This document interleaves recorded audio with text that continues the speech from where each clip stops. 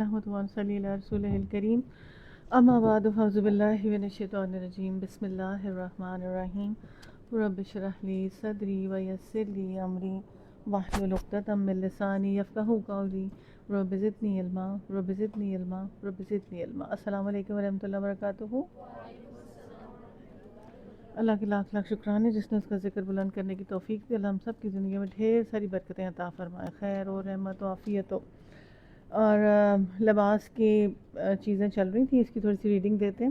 اے بنی آدم، ہر عبادت کے لیے موقع پر اپنی زینت سے آراستہ رہو اور کھاؤ پیو اور حد سے تجاوز نہ کرو، اللہ حد سے بڑھنے والوں کو پسند نہیں کرتا۔ ویری امپورٹنٹ آیت کہ لباس جو اچھا پہننا اور اچھی زینت اپنی حیثیت کے مطابق اختیار کرنا یہ اللہ کے احکامات میں سے، اور اس کی کچھ قیود ہیں، اس کی کوئی لمیٹیشنز ہیں کہ کیا ہونی چاہیے نا، تو اللہ حد سے تجاوز کرنے والوں کو پسند نہیں کرتا یہاں پہ اللہ تعالیٰ نے۔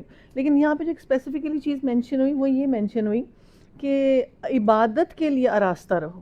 آپ اس چیز کو تھوڑا سا میں ٹائم لگا لوں، 2-4 منٹ تو میرے بہتری ہے، کیونکہ لوگ جب بھی کوئی دین کی مجلس میں آتے ہیں، عبادت کے لیے آتے ہیں، وہ نیٹ اور ٹائڈی کیوں نہیں ہوتے، اپنا اچھا لباس کیوں نہیں پہن کے آتے۔ ہماری کوئی اسٹوڈنٹس تھی، وہ ہمیشہ اپنا بہترین لباس پہن کے آتی تھی کہ اللہ کا حکم ہے کہ اپنا سب سے بیسٹ لباس اللہ، جب اللہ ہمیں دیکھ رہا ہے، اللہ کی مجلس میں ہے، تم فخر کرو نہ کرو، اللہ تمہارا نام لے کے فخر کرتا ہے۔ اللہ تعالیٰ کی رحمت اتنی وسیع ہے نا کہ ہم اس کی سوچ پہ پہنچ ہی نہیں سکتے۔ اس رحمت میں اللہ تعالیٰ کیا فرما رہے ہیں ہمیں کہ جب تم میری مجلس میں آ کے بیٹھے ہو نا، اور جب بیٹھے ہو تو اٹھنے سے پہلے میں سارے گناہوں پہ معافی کی لکیر پھیر دیتا۔ سبحان اللہ کہیں، الحمدللہ کہیں، انہی رحمتوں سے ہم زندہ ہیں انشاءاللہ تعالیٰ، اس شعور سے ہم زندہ ہیں کہ اللہ تعالیٰ ہمارے گناہوں پہ معافی کی لکیر پھیرتے ہیں۔ تو اس جگہ ہم روزانہ اپنا اعمال نامہ پاک کرتے ہیں، کہتے پیچھے جو اینڈ میں آیا تھا اس کے اعمال نامے کو بھی پاک کر دو، بس اس کو بھی صاف کلیئر کر دو، میری محفل میں آیا۔ اتنے بہانے ڈھونڈتے اللہ تعالیٰ۔ اب آپ جائیں گی، آپ پیج پہ پھر روز روز روز اپنا کو لکھنا چاہیں تو لکھنا شروع ہو جائے، آپ کا پیج بالکل clear and net and tidy ہو جائے گا۔ اب کیا کرنا ہے کہ کبھی انٹائڈی نہیں آنا، نماز کے لیے انٹائڈی نہیں کھڑے ہونا، فجر کے لیے اٹھنا ہے۔ تو مجھے ایک بات بڑی اپنی استاد کی اچھی لگتی ہے، ڈاکٹر فرحت ہاشمی ہمیشہ کہتی ہوتی ہیں، میری زندگی کا سب سے بڑا اصول یہ ہے کہ میں تہجد کے وقت نہاتی ہوں، اس کا تیار ہو جاتی ہوں اپنے اللہ کے لیے، اور اپنا بیسٹ چیز جتنی بھی جو کچھ ہو ہمیشہ اچھا پہنتی ہیں، اور کھڑی ہو جاتی ہوں اللہ کے آگے، اور سارا دن میرا فریش رہتا ہے۔ آپ کا چلیں تہجد نہیں ہے تو فجر کے وقت نہا دھو کے تیار ہو کے کھڑی ہو جائیں، آپ اپنے آپ کو فریش کر کے اللہ کے سامنے کھڑی ہو جائیں۔ اب ہمیشہ یہ اپنا اصول زندگی کا رکھیں، اگر یہ اصول نہیں ہوگا یہ عجز اور کسل اس وقت شیطان پکڑ لے گا، اس میں سستی ہوئی، نہانا ہی ہے نا دن میں، تو کیا ہے چھوٹا سا نہا کے فٹافٹ کھڑے ہو کے اپنا فجر کے لیے اپنا صاف ستھرا لباس پہنے۔ لوگوں نے اپنا سب سے بہترین ہینگ کیا ہوتا ہے۔ اس آیت کو لے کے جو ملیشین انڈونیشینز ہیں نا سارے کے سارے، انہوں نے اپنا ایک وائٹ، ان کا سب ایک ہی وائٹ کلر کا پہنتے ہیں، وہ ایک لہنگا سا ہوتا ہے، نیچے اس کے گولڈن سی امبرائڈری ہوتی ہے، حرم میں بیٹھے بس وہ وہی پہنتے ہیں، وائٹ اوپر ہوتا ہے ان کا، اور کبھی کوئی رنگ نہیں، ہم تو رنگ برنگے پہن لیتے ہیں نا، تو وہ ہمیشہ اس وائٹ کلر میں ہوتی، اور حج جو کچھ ہو ہلکی سی لپسٹک لگائی ہوتی ہے اور اپنی عبادت کر رہی ہوتی ہے نا۔ تو آپ یہ دیکھیں کہ کتنا امپورٹنٹ ہے کہ جب آپ اللہ کی مجلس میں آ رہے ہیں اس کے اندر بھی کوئی پریزنٹیشن ہو، اس کے اندر تو فقراء اور مساکین کی طرح تھوڑی بیٹھنا، ہمیشہ اپنا نیٹ اینڈ ٹائڈی رکھیں نا۔ اب میں آپ کو ایک بات بتاؤں تو آپ مائنڈ نہ کریں، ہیلو آپ کو، آپ ریگولر اسٹوڈنٹ ہیں نا، آپ کا جو اسکارف ہے اس کو کیسے ہونا چاہیے، آپ کے بال ڈھکے ہونے چاہیے، you are a regular student. اگر ابھی تک آپ کو اپنا اسکارف کیری کر، یہ ایک انٹائڈی رخ ہوتا ہے جس کا دوپٹہ ایسے سے گھوم رہا اور ایسے گھوم رہا ایسے، جو اپنے آپ کو پن اپ کر کے ہی نہیں بیٹھ سکتا۔ یہ ایک بچی ہے، اس کو پن اپ پراپرلی، اتنے سٹائل آج کل اسکارف لینے کے آئے ہوئے ہیں، کیا کیا لوگ اس کو باندھتے ہیں کہ پنیں بھی لگانے کی ضرورت نہیں پڑتی اور اتنی پریزنٹیشن اچھی سی ہو جاتی ہے نا۔ تو اس کو جب نکلیں شیشے میں دیکھیں کہ میری لک نیٹ ہے کیا ہے۔ اے محمد صلی اللہ علیہ وسلم ان سے کہو، کسی نے اللہ کی اس زینت کو حرام کر دیا جس نے اللہ نے اپنے بندوں کے لیے نکالا تھا، کس نے خدا کی بخشی پاک چیزوں ممنوع کرنے، یہ ساری چیزیں دنیا کی زندگی میں بھی ایمان لانے والوں کے لیے قیامت کے روز تو خالصتاً انہی کے لیے ہوں گی۔ اس طرح ہم اپنی باتیں صاف صاف بیان کرتے ہیں ان لوگوں کے جو علم رکھتے ہیں۔ اس پیسج کو ہائی لائٹ کر کے دیکھیں کہ اللہ تعالیٰ نے اگر آپ کو وسعت رزق دی ہے تو آپ کی حلال پاک طیب رزق میں آپ کو ضرورت ہے، اور اچھے گھر کی ضرورت ہے، اچھا گھر بنائیں، عمدہ سواری کی ضرورت، عمدہ سواری بنائیں۔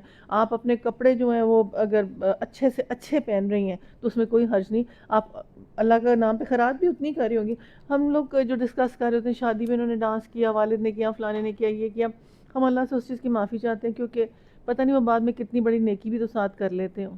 پتہ نہیں ان کے صدقات خیرات کتنے بڑے ہوں اور ان کی برائی دھل جاتی ہو، اور ہم تو اچھے اچھے گمان ہی کرنے ہیں نا، اچھی اچھی دعائیں اپنی قوم اور ملت کے لیے مانگنی ہے نا، اور اپنے سب لوگوں کے لیے کہ اللہ ان کو خیر اور بھلائیوں میں سبقت لے جانے والا بنا۔ امتحان اور آزمائش تو چھوٹے چھوٹے چلنے، اس لیے جب بھی کوئی اپنی بلیسنگس کو انجوائے کر رہا ہو نا، جب میں دین میں آئی 20-25 سال پہلے، سب سے پہلے میری نا پیچھے بیٹھنے والوں نے انگوٹھیاں اتروائیں، پھر چوڑیاں اتروائیں۔ آپ درس دیتی ہیں، آپ نے یہ پہنا ہوا ہے، آپ درس دیتی ہیں آپ نے، کیونکہ زندگی بھر میں نے پہنا ہے اور ہمیشہ سے پہنا ہے، لیکن اب ایک جھجک سی آنا شروع ہوگی کہ لوگ اچھا یہ تو درس دیتی ہیں تو یہ تو بڑی پھر جویلری پہن کے جو ایک روٹین میں ہم پہنتے تھے وہ بھی اتروا چھوڑی پیچھے بیٹھ کے بیٹھنے والوں نے کہ یہ اس طرح ہے۔ تو کبھی کبھار ہر بندے کے اندر اللہ نے زینت کا شوق رکھا ہوتا ہے، اگر نہ رکھا ہو تو ہم سب انٹائیڈی بیٹھے ہوتے ہیں۔ تو اس شوق کے اندر ہمیشہ بندہ کوئی نہ کوئی چیز اپنی چیز دیکھتا ہے، رکھتا ہے، پہنتا ہے اور اس کو انجوائے کرتا ہے۔ تو یہ اللہ نے کہا کس نے حرام کیے ہیں تم پہ، اور کون ہوتا ہے کہنے والا؟ لیٹس انجوائے کہ اچھی سی چیز پہننا اور اس میں ریا نہ ہو، دکھاوا نہ ہو، ایسا ہو کہ بس میں اچھی لگوں، میں اپنے میاں کو بھی اچھی لگوں، پریزنٹیبل ہوں کہ ٹھیک طریقے کے ساتھ اپنے آپ کو کیری کیا ہو۔ ہمیشہ جب بچیوں کی شادیاں ہوتی کہ وہ اتنی انٹائیڈی ہو جاتی، اپنا آپ لک آفٹر کرنا چھوڑ دیتی، دیٹس ویری ویری بیڈ۔ ہمیشہ اپنے آپ کو، چاہے نبی ایک صحابی تھے، انہوں نے نصیحت کی اپنی بیٹی کو، پھر نبی صلی اللہ علیہ وسلم نے نصیحت کی، انہوں نے کہا کبھی عورت سے بو نہیں آنی چاہیے خاوند کو۔ پھر انہوں نے اس کو ریلیٹ کر کے اور کہہ دیا، انہوں نے کہا کبھی خاوند کو بو نہیں آنی چاہیے۔ سیکنڈ انہوں نے کہا کہ چغلی اور غیبت اور برائیوں کی بھی بڑی بو ہوتی ہے، عورت دل سے اتر جاتی ہے، یہ بو بھی تمہارے سے کبھی نہ آئے۔ یہ کتنی امپورٹنٹ سینگ ہے نا، کہ ایٹ ٹائمز ہم نہائے دھوئے ستھرے بنے اور ہم اندر سے ٹیررسٹ ہوں، اندر سے ہمارا اخلاق اور کردار نہ ہو، اور پھر اس کے اندر ریپینٹنس نہ ہو، رجوع کرنے والے نہ ہوں، تو اللہ تعالیٰ محمد ان سے کہو میرے رب نے جو چیزیں حرام کی وہ تو یہ ہیں۔ نمبر 1، بے شرمی کی باتیں کھلے چھپے، گناہ اور حق کے خلاف زیادتی۔ یہ اللہ کے ساتھ تم کس کو شریک کرتے ہو جس کے لیے اس نے کوئی سند نہ، یہ اللہ کے نام پر کوئی ایسی بات کہو جس کے متعلق تمہیں علم نہ ہو، حقیقت میں تو اس نے فرمائی ہر قوم کے لیے مہلت، ایک مدت، ایک وقت مقرر ہے۔ اب دیکھیں کہ جو ہماری شادیاں ہوتی تھی نا، تو جو ہمارے کپڑے ہوتے تھے نا، وہ باجی پوت، اطلس، تنچوئی اور ایسی ٹرمینالوجی ہوتی تھی جو کہ سونے کی تاروں سے بنتے تھے اور ریسیلیبل ہوتے تھے۔ وہ جو انارکلی اور مال میں بڑی بڑی دکانیں ہوتی نا، اس میں سے ساڑیاں، اس میں سے قمیضیں، اسی کے دینے لینے والے کپڑے 700 کے سب کے ہوتے تھے، اور پھر وہ بعد میں بکتے تھے، اور اس میں سے وہ اسی وقت جلا کے سونے کی تاریں نکال لیتے تھے۔ کبھی کسی نے، اللہ نے کسی چیز کو حرام نہیں کیا، اچھے پہن، زمانہ اسی طرح ہی رہا ہے ہمیشہ سے ہی شادیاں اس میں۔ لیکن یہ ہے کہ اب ہم ایک سینس دے دیں کہ بیٹا اچھا سا پہنو لیکن گلا نہ کھلاؤ، بیٹا اچھا سا پہنو لیکن ساتر ہو، اچھا سا ہو، اور اس میں چیزیں نمایاں نہ ہو، جہاں کرنی نمایاں وہاں جا کے کر لینا، کوئی بات نہیں۔ ہر قوم کے لیے ایک مہلت مقرر ہے، پھر جب کسی قوم کی مدت آن پوری ہوتی ہے تو گھڑی بھر کی تاخیر و تقدیم بھی نہیں ہوتی۔ یہ بات اللہ نے آغاز تخلیق میں صاف فرما دی۔ اے نبی، اے بنی آدم، یاد رکھو تمہارے پاس خود تمہیں سے ایک رسول آئے جو تمہاری میری آیات سناتے ہیں۔ ہائی لائٹ کریں کتنی مرتبہ آپ نے نبی صلی اللہ علیہ وسلم کی کوالٹی پڑھی ہے، اور یہاں پہ اتنی مرتبہ یہ کوالٹی، 4 کوالٹیز نبی صلی اللہ علیہ وسلم کی بتائی جائیں گی۔ وہ کیا کرتے ہیں؟ وہ پہلی چیز، رسول آئے تمہاری آیات سناتے ہیں، اس آیات کے ذریعے نافرمانی سے بچ جاؤ گے اور تمہارے رویے کی بھی اصلاح ہو جائے گی، اور تمہیں کوئی خوف اور رنج بھی نہیں ہوگا۔ اس قرآن کے ساتھ آپ کو اتنی چیزیں ملنے والی۔ کیا چیز؟ پہلی چیز، نافرمانی سے سب سے بڑی چیز باڈی لینگویج اور رویہ ہوتا ہے، اس کے اندر تواضع لے کے آئیں۔ زیادہ تر لوگ دوزخ میں جن کی باڈی لینگویج نہیں اچھی وہ جائیں گے، تو خدا کے لیے اپنی باڈی لینگویج، جھک جاؤ اللہ کے آگے، بندوں کے آگے، ماں باپ کے سامنے، بڑوں کے سامنے، جی جی جی کرنے والا بہادر بن جاؤ۔ جو لوگ ہماری یاد کو جھٹلائیں گے، ان کے مقابلے سرکشی برتیں گے، وہی اہل دوزخ ہوں گے جہاں ہمیشہ رہیں گے۔ ظاہر ہے اس سے بڑا ظالم کون ہوگا جو بالکل جھوٹی باتیں گھڑ کر اللہ کی طرف منسوب کرے، اللہ کی سچی آیات کو جھٹلائے۔ ایسے لوگ اپنے نوشتہ تقدیر کے مطابق اپنا حصہ پاتے رہیں، یہاں تک کہ وہ گھڑی آ جائے گی جب ہمارے بھیجے ہوئے فرشتے ان کی روحیں قبض کرنے کے لیے پہنچیں گے۔ اس کو تو ان سے پوچھیں گے بتاؤ اب کہاں ہے؟ اب یہاں پہ دیکھیں، یہاں پہ اللہ نے مہلت دی ہوئی ہے ہمیں بس ٹائم ہے۔ اللہ تعالیٰ سب کو ایسا رمضان دے جس کے وعدے کے ایمان اور احتساب کے ساتھ اپنا ہم ایک ایک چیز کو جیسے بندہ نکال کے پھینکتا ہے نا، انشاءاللہ تعالیٰ ہم اپنی پیوریفیکیشن کے اوپر توجہ دیں۔ ہماری ٹاپ پرائورٹی کیا بن جائے؟ ہماری ٹاپ پرائورٹی یہ بن جائے کہ جو نعمتیں مجھے اللہ نے دی ہیں ان کا میں بہترین استعمال کیسے کروں۔ یہ میری کامیابی اسی چیز کے اندر ہے کہ میں اپنی جو سب سے ٹاپ پرائرٹی پہ چیز لے جانا چاہتی ہوں، اللہ کی نعمتوں کو صحیح استعمال کرے، اللہ کی شکر گزار بندی بننا چاہتی ہوں، اور شکر گزار بندے کے لیے سارے معاملات شروع ہوتے ہیں۔ سب سے پہلی میں اپنے اوپر کیسے محنت کروں؟ نمبر 1، اللہ تعالیٰ نہ مال دیکھتے ہیں اور نہ اسباب دیکھتے ہیں، اللہ تعالیٰ صرف دل دیکھتے ہیں۔ صحابہ کرام نے اور سب لوگوں نے اپنے دل پہ محنت کی، اور میں نے جیسے آپ کو بتایا کہ جو قلب ہے، دل نہیں، انسان نہیں اندھا ہوتا، قلب اندھے ہو جاتے ہیں، کس طرح سے ہم اس دین کو اپنی زندگیوں میں شامل کریں، اپنے دل پہ محنت کریں، اپنی نیت پہ محنت کریں اور اخلاص پہ۔ آپ یقین کریں کہ آپ جتنا بھی اس پہ محنت شروع کر دیں وہ تھوڑی ہے۔ نمبر 1 چیز، جیسے آپ نے اپنے دل پہ محنت کی ہے نا، اور آپ آخرت اورینٹڈ ہوئی ہیں، آپ درگزر کرنے والی بن جائیں گی، آپ معاف کرنے والی بن جائیں گی، آپ کا سفر آسان ہونا شروع ہو جائے گا۔ آپ کو نہ کوئی ٹینشن ہوگا، نہ کوئی ٹارچر ہوگا، اور نہ ہی یہ بینچز اٹھا کے نا ادھر رکھ دیں، پیچھے والے خالی ہیں ابھی، یہ پیچھے اٹھا کے رکھیں۔ تو یہاں پہ جو رکوع شروع ہونے والا نا، اس سے بڑی آپ نے توجہ سے سننا ہے۔ پیچھے جو اپنے قصہ شیطان والا تھا اور حضرت آدم والا تھا، اس میں کیا لیسن لیا؟ شیطان کیسے جھوٹ بول کے بہکاتا ہے، اور پہلا لیسن میں یہ لوں کہ شیطان جو ذلیل و خوار ہوا، 2 گناہ کیے تھے اس نے، ایک تکبر اور حسد۔ اللہ مجھے اور میرے گھر والوں کو ان 2 بیماریوں سے پاک کر دے۔ اللہ تعالیٰ مجھے اور میرے گھر والوں کو ان 2 بیماریوں سے پاک کر دے۔ کیسے پاک کر دے؟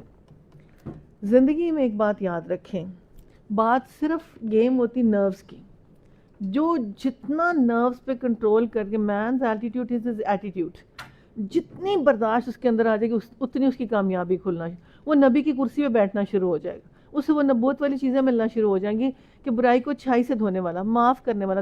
یہ میں نے اپنے دل پہ محنت شروع کر لی، اور اگر اس کے ساتھ ساتھ مانجنا بھی مجھے اپنے دل کا آ گیا، بار بار معافی مانگنا، لوگوں سے بھی، اللہ سے بھی، استغفار۔ اب میں نے آپ کو ایک بات بتائی تھی کہ ہماری روح ہے، اور روح کے ساتھ ہمارے اندر انرجی ہے، اور اسی سے ہمارے اندر زندگی ہے، اور جسم کیا ہے؟ مردہ ہے، جس نے قبر میں جانا ہے۔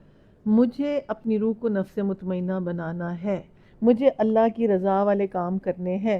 اس انرجی کو میں کیسے سٹرونگ کروں؟ یہ میری فرم ہاتھوں میں، میری نفس کیسے کنٹرول میں آ جائے؟ میرا دل نہیں کرا، میرا قلب کیسے جاری ہو ذکر پہ، شکر پہ؟ میرا قلب اندر سے، میں لوگوں میں بیٹھی ہوں لیکن میرا قلب جاری ہے، شکر پہ شکر پہ شکر پہ۔ الجھنا نہیں ہے، میں نے رکنا نہیں ہے کسی چیز، میرے پاس ٹائم ہی نہیں ہے، آگے راستہ بڑا کام مشکل ہے۔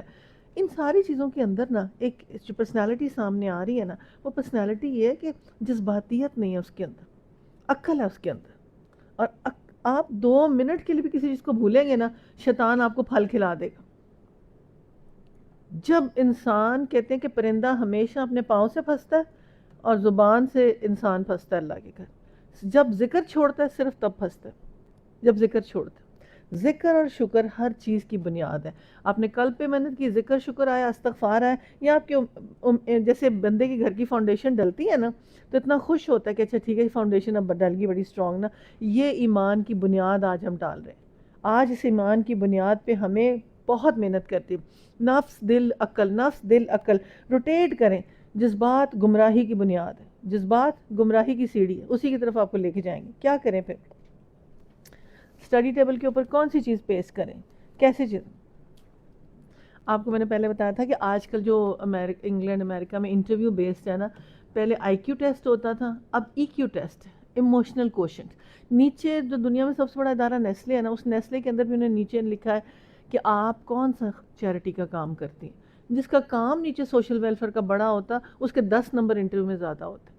ایموشنلی کنٹرول جو بندہ اس کو نوکری پہ رکھتے ہیں، باقاعدہ اس کے ٹیسٹ ہیں، باقاعدہ سائیکالوجسٹ بیٹھا ہوتا ہے، سوال جواب جو ٹائم لگا کے سوچ کے جواب دیتا ہے، اس کو کہ ادارہ اس کے ہاتھ میں اتنا بڑا دینا ہے، 3 گھنٹے کا انٹرویو چلتا ہے، پھر کہتے ہیں نہیں کنٹینیو ٹمارو اگین۔ پھر وہ جو فلنگ والا ہوتا ہے اس کے مطابق اس سے پوچھتے ہیں، وہ کہتا ہے میں اپنی ماں کو رکھا ہوا ہے گھر میں، او مائی گاڈ، تمہیں تو 10 کی بجائے 20 دینے چاہیے، تم اس کو لک آفٹر کر رہی ہو، تم ایسے، میں نے اپنی گرینڈ مدر، اس کو انٹرویو میں ویسے پاس کر دیتے ہیں کہ یہ بندہ ایموشنلی کنٹرولڈ بندہ ہے جس کے اندر۔ اور آپ سوچیں کہ آج اگر ہم اپنے ای کیو پر، اپنے بچوں کی ای کیو پہ محنت کرنے کا ایک ہی طریقہ ہے، اور فرائڈ نے وہ ٹیسٹ بنایا تھا، اس ٹیسٹ کو کہتے ہیں مارش میلو ٹیسٹ، کہ کچھ بچے تھے جن کو 20 سال تک یہ ریسرچ چلی تھی، چاکلیٹس دے دیتے تھے اور کہتے تھے کہ کچھ جب ابھی نہیں کھانی، ٹھہر کے کھانی، کچھ اسی وقت کھا لیتے، کچھ درمیان میں کھا، کچھ اینڈ میں جا کے کھاتے تھے آرام سے بیٹھ کے. جو اینڈ میں کھانے والے تھے وہ 20 سال بعد کامیاب ترین انسان بنے. اب ہم اپنے بچوں میں کیسے پیشنس ڈیولپ کریں؟ پیشنس ڈیولپ کرنے کے بہت بہت بہت فارمولے ہیں، چیزیں ہیں گھروں کے اندر. اب وہ سٹیکس لگا کے ہیمرنگ ہے، سامان کی ہے اس کو سٹیک.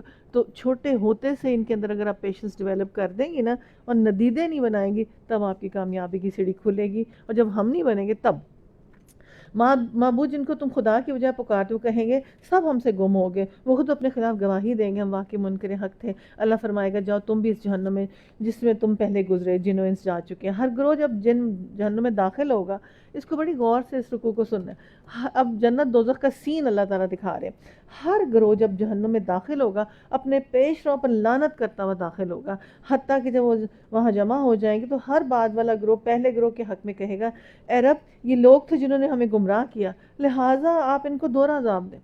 دنیا میں یہ دوست تھے، فرینڈز تھے، وہاں جا کے ان کی دوستی کیسی ظاہر ہوگی. ان کو کہیں گے اللہ تعالیٰ. دوزخ کی نا ایک اسپیشلٹی یہ دکھائی جا رہی ہے کہ وہاں پہ بھی لڑائی جھگڑا ہوگا. اونچی بولیں گے اللہ میں نے نہیں کیا، اس نے کیا. اللہ کہ ان کے سورۃ یاسین، اللہ کہ ان کے منہ پہ لاکھ لگا کے ان کے منہ بند کرو، میں یہاں سے اس کی آواز سنوں گا، اس کے تھائے سے اس کی آواز سنوں گا، بند کر دو. یہاں پہ بھی ان کی لڑائی شروع ہو جائے گی، چیخو پکار شروع ہو جائے گی. ارشاد ہوگا ہر ایک کے لیے دوہرا عذاب ہے، تم جانتے ہی نہیں ہو. کیا کریں کہ ایک فرینڈ ہے اپنے بچوں کی تعلیم و تربیت کے لیے کیسے فکر کریں، اس کی صحبت کی کیسے فکر کریں. اس کی جو یہاں سب سے ورسٹ مثال یہ اس رکوع میں دی جا رہی کہ یہ صحبت نے تباہ کر دیا.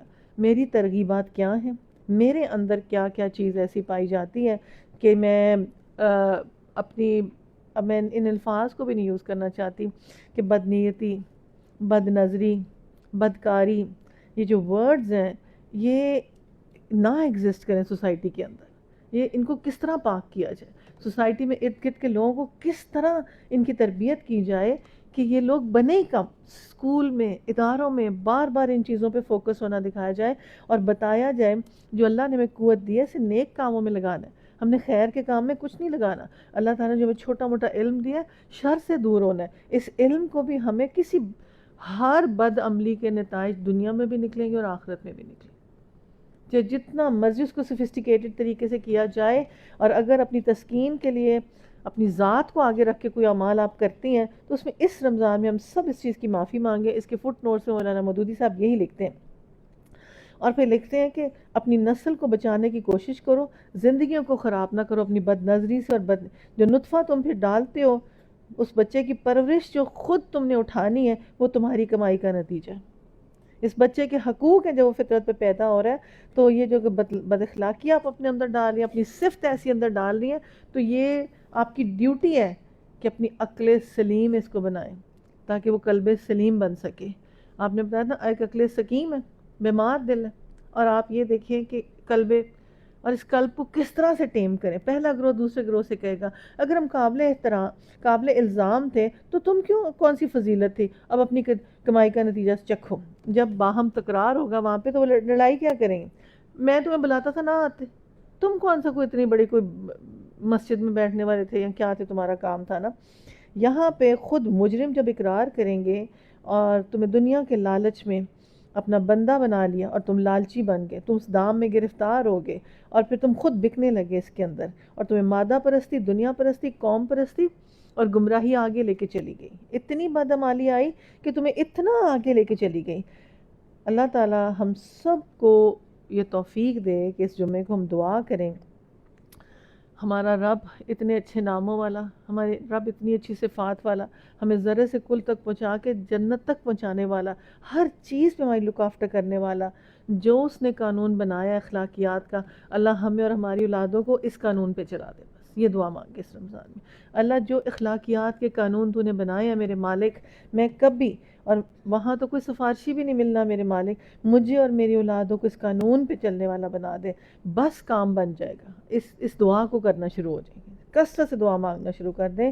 اور بہت ہی سخت الفاظ ہیں. پہلا گروہ دوسرے سے یہ کہے گا یقین جانو جن لوگوں نے ہماری آیت کو جھٹلایا، ان کے مقابلے میں سرکشی کی، ان کے لیے آسمان کے دروازے ہرگز نہ کھولے جائیں گے.